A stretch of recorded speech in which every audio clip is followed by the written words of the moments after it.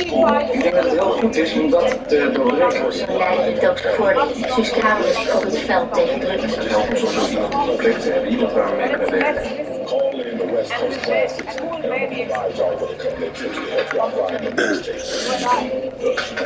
So brave companions grow up. Meanwhile, efforts are on to secure the West. Sadly, the U.S. promises for about 14 Te spreken en dat is bijna op. Dus ik heb morgen namiddag bij de uur. Ik geloof en George. At last! I got you! You know, you are a very hard person to reach. But then, so is Yusuf Amir. So this is a very special occasion. The meeting of Titans. Now, let me open the kimono and show you my business. I want you to invest in a partnership. There is a chain of salvage yards going into administration. Buy one of them and it will be the start of something very profitable. Well, come on, what more do you need to know? Let's pull the trigger. Come on, baby. Let's hustle. Let's grind. Let's make some paper. I'll be in touch.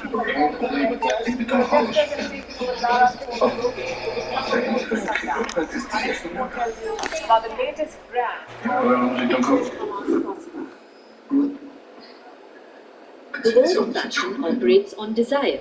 If you need new clothes and new trends, a brand must deliver immediately.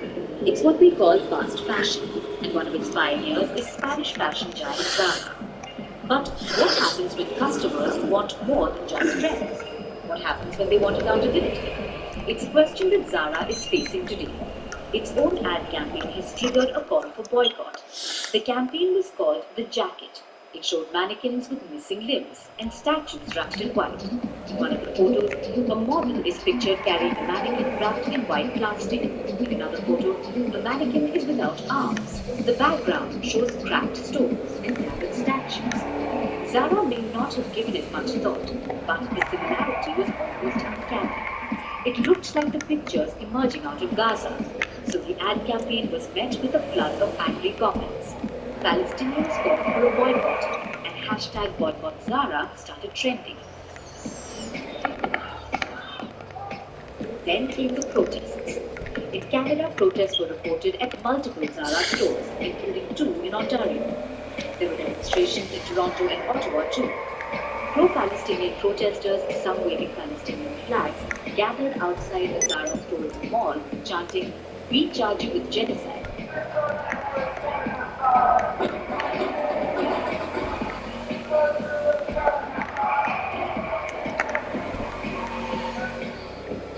In Glasgow, protests forced a Zara store to close.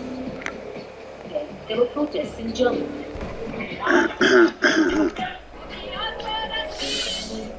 Australia, South Africa, Tunisia,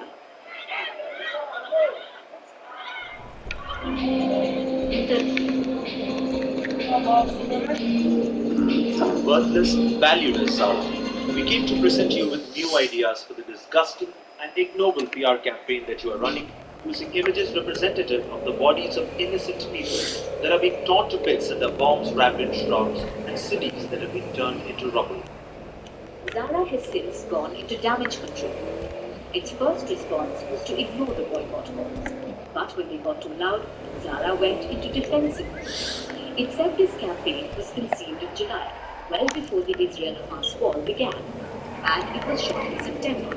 So there was no way it was inspired by the war which began in October. But the boycott calls continued. So Zara has jumped the ad campaign and issued an apology. At the same time, they say it's a misunderstanding. And this is not new for Zara. In 2014, it released a t-shirt with the slogan, "White is the new black." It was slammed as racist. Then it was slammed from a unisex library. Leo, goed gespeeld. En dan pak je na de wedstrijd toch nog een kaart. Ja, absoluut. Ja, ik zat er goed in, dus dat is het lekker om nog even live casino te doen. En niet zonder succes. Klopt. Blackjack door de laatste avond, dus ja, allemaal top aan. Dankjewel. In 2022, the Zara stores in Israel held a campaign funded by Minister of Defense.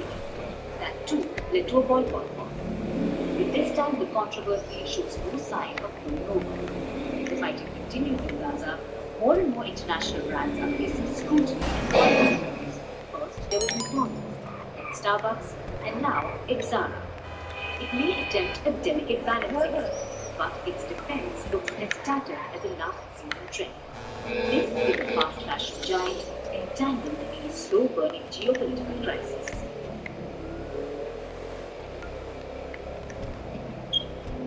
Election season in Bangladesh, voting is on the 7th of January. It's 19 days away. Somehow, it doesn't end. Recently, we see rallies and campaigns this time.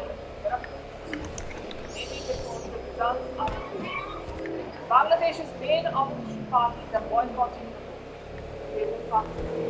Their absence the results are announced. Now the term is shaking. And obviously, that's not a good thing. Want opposition parties to take part, want the people to be proud with, then so what's the plan? Offering some concessions. In the last few days, she's promoting pro one party, Jatiya Party, biggest opposition party right now. Until now, they too were boycotting the vote, but not the Jatiya Party said they will fund this election. Why? Because Sheikh Hasina has promised them an easy fight. Her party, the Awami League, has decided not to contest in 23,000 seats. No fear of a tough fight. A great chance for the opposition to intervene in the Jatiya Party but will that legitimize the elections?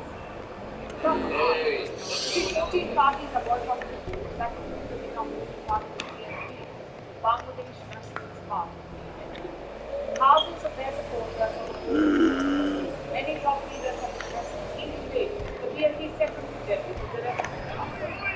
There was a standing how they launched this strike, nationwide shutdown, to pressure Sheikh Hasina. What do they want? They want her resignation. The opposition says Sheikh Hasina will lose the election. They say step aside. Let a caretaker government oversee the polls. The Prime Minister has refused, and technically she can refuse, because Bangladesh has abolished the caretaker system. Some of these caretakers have overstayed their welcome, so legally she does not have to resign.